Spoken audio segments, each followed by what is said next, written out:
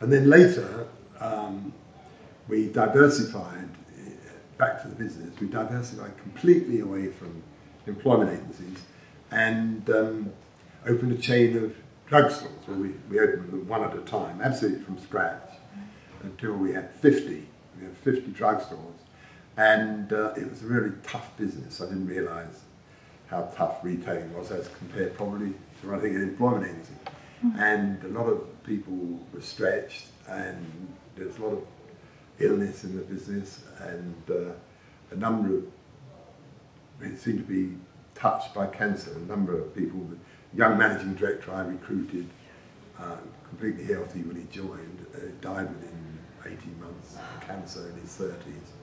And coincidentally, two of the young directors' wives died of cancer, somebody in the warehouse died of cancer, and then I got cancer. And my wife, so when I had the operation for colon cancer, my wife said that she knew exactly what it caused. It was the stress of Medicare, so sell it.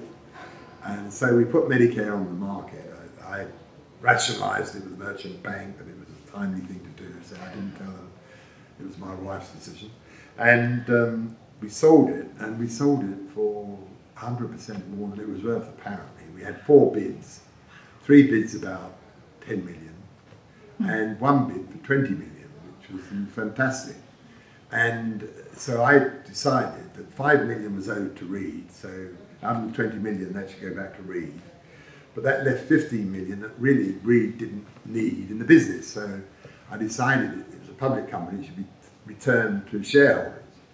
Well, my personal holding was 30%, so a third roughly. So a third of the 15 million came to me, 5 million. And I thought, well, if I accept this, I've got to pay 2 million tax on it, capital gains. Or if I could accept the other company's shares and not pay any tax, but the other company just seemed to have paid twice what they should have done for Medicare, so that wasn't very reassuring. And so I did the third thing, I just parked the 5 million, which into a little charity fund I had, which I spent on the local fete and things like that. So suddenly this little fund became quite meaningful. And I wasn't in any hurry to, I was regarding it as an endowment, a capital amount, so I wasn't in any hurry to spend it. But I did within, well, 21 years ago, next month, November, I did invest £1 million in starting a new charity, another entrepreneurial thing, called Womankind. And it was the first women's charity in the UK of any note, Womankind worldwide. Now there are a number. And that's proved to be a fantastic investment.